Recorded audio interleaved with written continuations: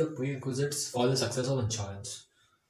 तो इसमें क्वेश्चन में पहले दो चीज़ों का मीनिंग समझ लेते हैं, एक तो प्रीरिक्विजिट्स और एक इंश्योरेंस का।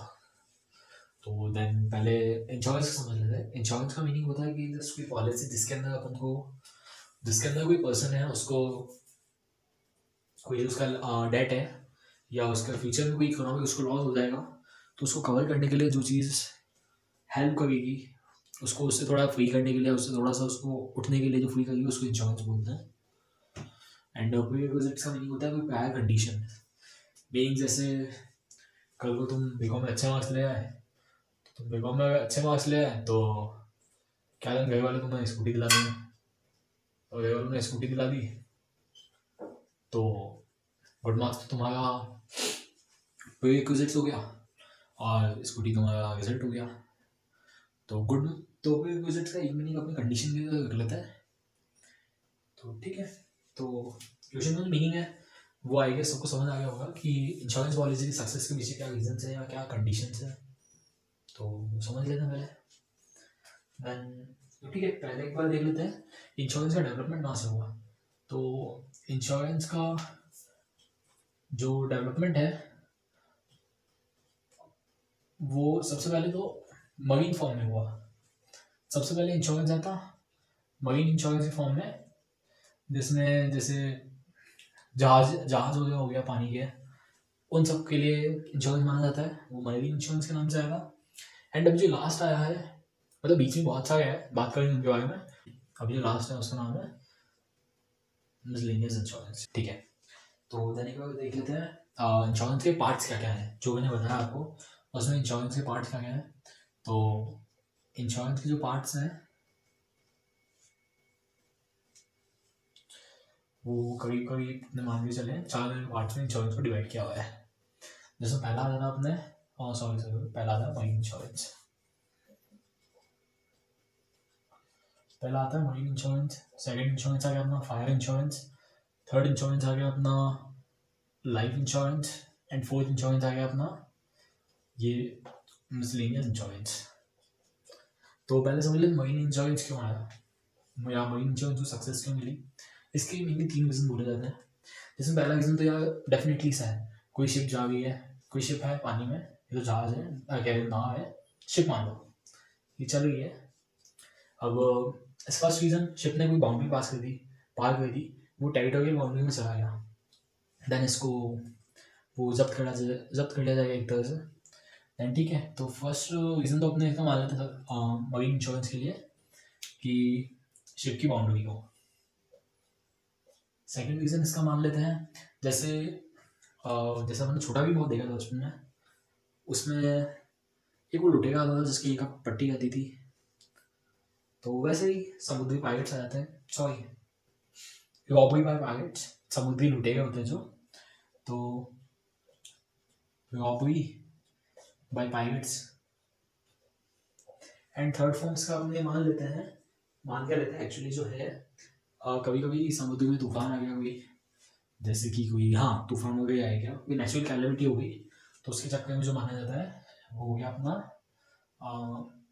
Natural calamity. ओके, स्क्रीन को बराबर करते हुए फायर इंश्योरेंस की बात करते हैं। एक बार फायर इंश्योरेंस, मरीन इंश्योरेंस के बाद वाला इंश्योरेंस था जो एक्चुअली डिमांड में आया था। ये इसी वजह से आया था क्योंकि एक बार लंदन में 1666 इन लंदन एक आग लग गई थी, बहुत भयंकर आग लगी थी जो करीब करीब 4 दिन तक चली थी। तो उसी वजह से ये इंश्योरेंस काम में आया। देन लाइफ इंश्योरेंस की बात करते हैं। लाइफ इंश्योरेंस एक्चुअली होता है कि जब कोई फैमिली में एक कोई सिंगल अर्नर होता है जो घर से लगा होता है, करेंटली खुदा ना खास तो उसको कुछ हो जाए कभी, तो फैमिली पे पूरा बर्डन आ जाता है, पूरा बर्डन अगर फैमिली पे आएगा तो कैसे हैंडल करेगी। तो उसी चीज़ के लिए लाइफ इंश्योरेंस आता है, जो कि किसी पर्सन के ऊपर आता है कि अगर फ्यूचर उसके अनसर्टनली कोई डेथ होगी तो उसके ऊपर अपने को क्लेम मिलता है, जो कि फैमिली को कुछ हद तक सपोर्ट करती है। हालांकि कोई इंश्योरेंस एक कोई पर्सन का वैल्यू नहीं कर सकती, मॉनेटरी टर्म्स में वैल्यू नहीं कर सकते, बट स्टिल इंश्योरेंस बहुत लोगों के काम आता है जो कि मॉनेटरी वैल्यू मॉनेटरी टर्म्स देता है, ठीक है। ओके, अब मिसलेनियस इंश्योरेंस इसलिए आया है सक्सेस में just because currently after industrial revolution काफ़ी फैक्ट्रीज में या फिर हाँ काफ़ी फैक्ट्री में और इंडस्ट्री में काफ़ी बूम आया है, इकोनॉमी में काफ़ी बूम आया है, तो इसीलिए मिसलेनियस इंश्योरेंस आया जो कि बहुत सी चीज़ों को कवर करता है। तो ये आया इंडस्ट्रियल रिवॉल्यूशन के चक्कर में, बिकॉज यहाँ पे इकोनॉमी में डेवलपमेंट हो गए, और सेकेंड थिंग इसमें बिजनेस में भी बूम आया है, बिजनेस और इकोनॉमी दोनों डेवलप हो गई।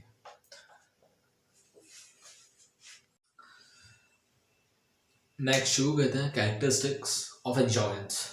टोटल इसमें 11 कैरेक्टरिस्टिक्स हैं, जिसमें से फर्स्ट कैरेक्टरिस्टिक आती है टू पार्टीज। कैरेक्टरिस्टिक को समझने के लिए एक छोटा सा एग्जांपल ले लेते हैं। इसके अंदर दो पर्सन्स को ज्वाइन कर लेते हैं जो कि मेरे ही दो दोस्त हैं, चिंटू और पिंटू, ठीक है। फर्स्टली टू पार्टीज में एक तो आता है अपना इंश्योर्ड, सेकेंड वन आता है इंश्योर।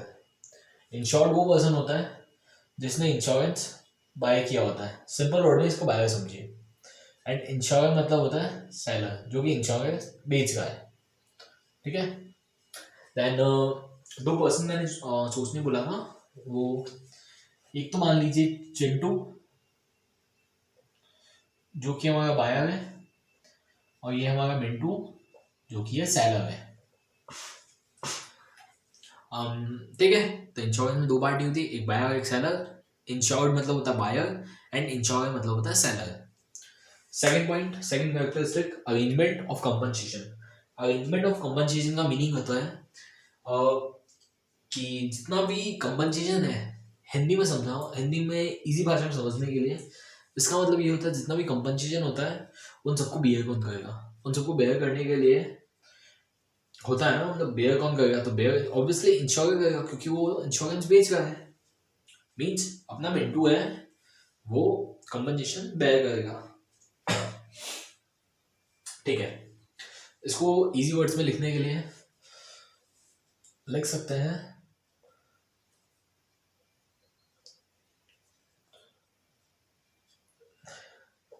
बेयर द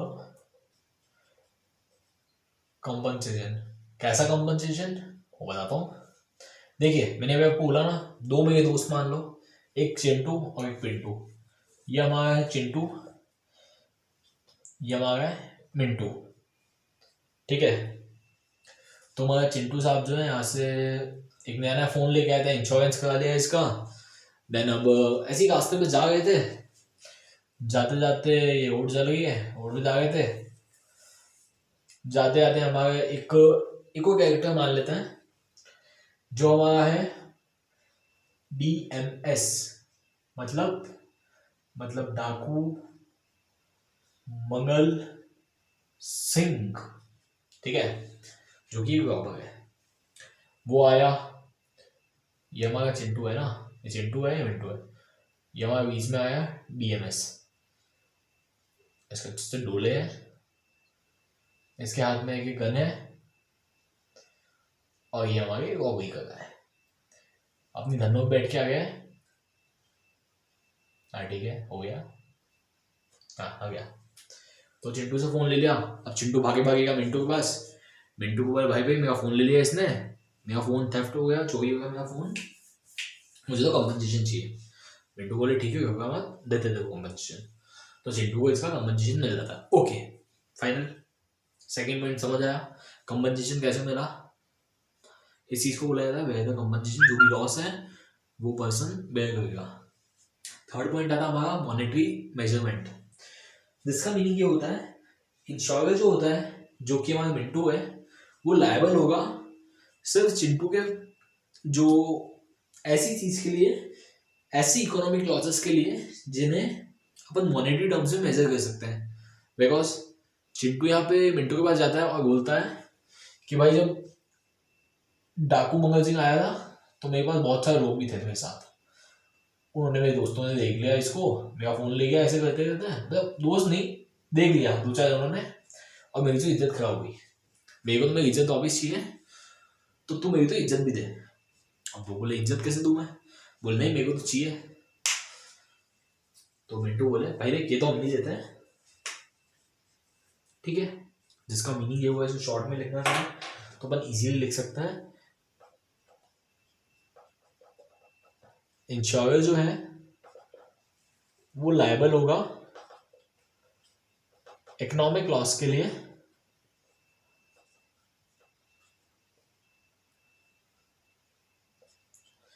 जिन्हें मेजर्ड इन मॉनेटरी टर्म्स। थोड़ा सा राइटिंग में इशू है, मैनेज कीजिएगा। एंड फोर्थ पॉइंट आता हमारा provide security against uncertain losses. Meaning होता है इसका जैसे कि अभी चिंटू आया था फोन लेके नया नया, अब फोन लेके आया, उसे डाउट तो था कुछ ना कुछ भी हो सकता है, गिर सकता है, टूट सकता है, बह सकता है। वही डाकू साहब आ गए, डाकू लेके चला गया फोन। तो फिर अब एक तो अनसर्टेन लॉस ही हुआ एक तरह से, इसलिए चिंटू ने लिया था फोन, मतलब इंश्योरेंस लिया था इसीलिए। तो वही provides insurance against uncertain losses. Uncertain मतलब फ्यूचर में क्या होगा क्या नहीं, हमें नहीं पता कुछ चीज को लेके।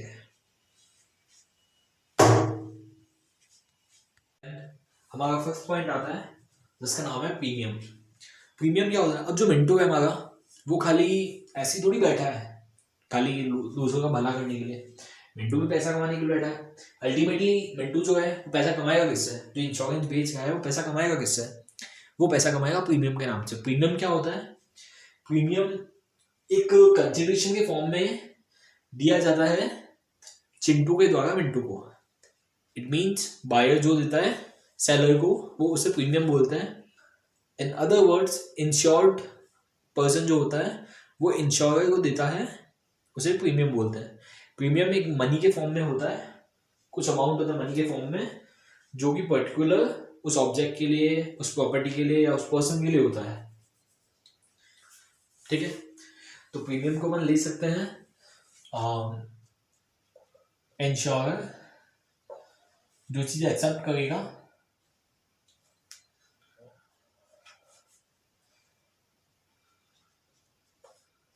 इंश्योरर जो चीज एक्सेप्ट करेगा कंसिडरेशन के फॉर्म में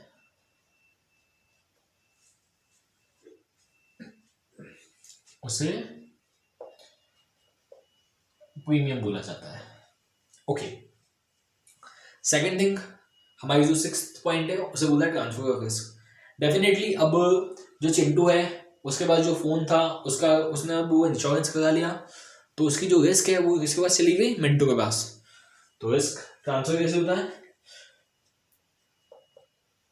insured to insurer, it means Chintu to Mintu, risk चली गई, सिंपल, बहुत ईजी पॉइंट है।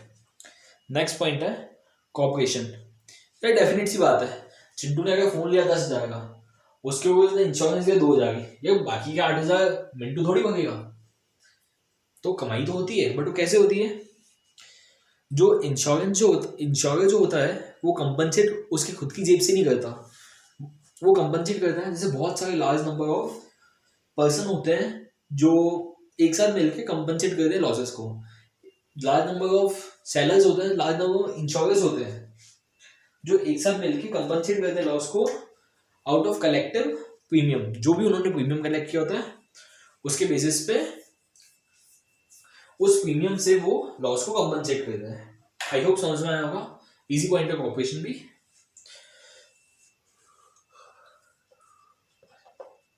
इंश्योरर जो है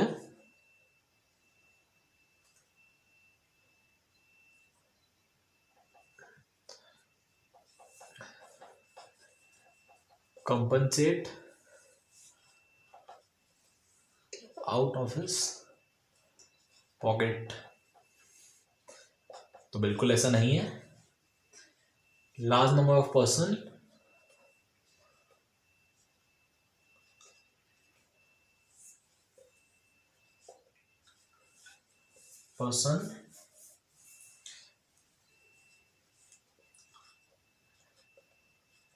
compensate loss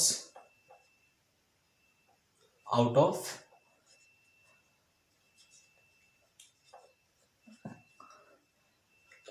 collective premium। ये पॉइंट्स लिख लेना, काफी इजी रहेगा एग्जाम में आंसर लिखने के लिए, जस्ट बिकॉज छोटे छोटे पॉइंट इजीली याद हो जाएंगे बस। Then the next point is mutual good faith. Mutual good faith का मतलब है दोनों में से कोई भी एक दूसरे को ठगी करने के लिए इंश्योरेंस बेचता नहीं है या खरीदता नहीं है, दोनों अपने अपने बेनिफिट के लिए देख के लेते हैं, दोनों का म्यूचुअली बेनिफिट होना चाहिए, वो चीज़ करते हैं। और एक्चुअली वो होता है ना, हाँ भाई ठगी के लिए नहीं लेता है, एक दूसरे को ठगने के लिए नहीं लेता है, simple easy point। So our next point is, which is 8 number, that is examines moral and physical hazards। क्या मीनिंग हुआ इसका? इसका मीनिंग ये हुआ, जो इंश्योरर है या जो हमारा मिंटू है, वो जब चिंटू को बेच रहा था इंश्योरेंस, तो ऐसे नहीं देगा था कि मतलब हर कुछ दे दे उसको। तुम खुद सोचो, तुम किसी से इंश्योरेंस लेने जाओगे तो तुम्हें बिना कुछ सोचे समझे तुम्हारी बातों को विश्वास करके थोड़ी दे देगा, वो खुद एनालाइज करेगा इसमें तुम्हें क्या क्या रिस्क आएंगे, इसमें उसके क्या क्या रिस्क आएंगे, एंड तुम्हें उसे पागल तो नहीं बना रहे हो, अल्टीमेटली उसे भी कमाने बैठना है, भलाई तो करनी होगी, मीन्स सिर्फ ऐसे भलाई करने बैठा नहीं, कमाने ही बैठा होगी, सिंपल। सो इसे इजी फॉर्म में लिख सकते हैं,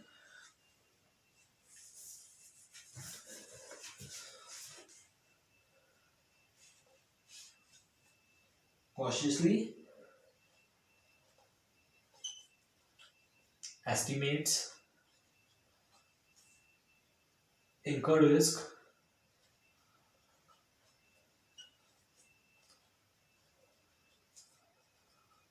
before insuring।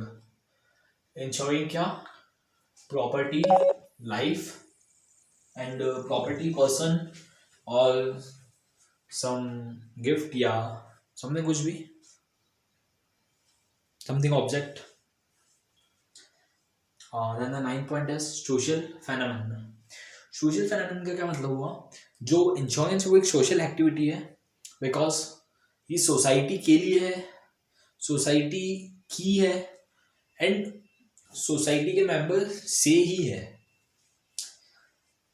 इजी से इसे लिखें, क्योंकि देखो एक्चुअली जो इंश्योरेंस है ना, अल्टीमेटली एक तरह से पर्सन का जो सिक्योरिटी है वो बढ़ा रही है, तो अल्टीमेटली सोसाइटी के लिए तो है, बेनिफिट तो देती है। सो इसे इजीली लिख सकते हैं, सोशल फेनोमेनन में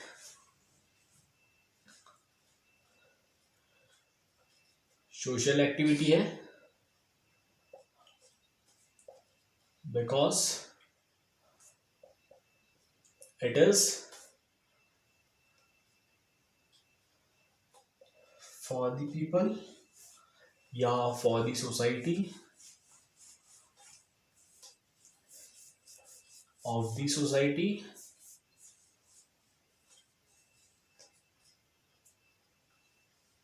from the member of society।